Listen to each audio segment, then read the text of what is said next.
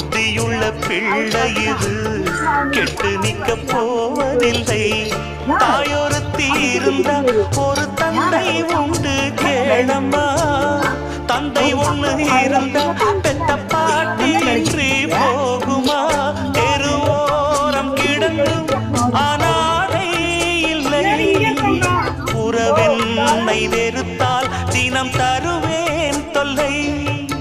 கெட்டாலும் பட்டாலும் உன் பேரந்தான்.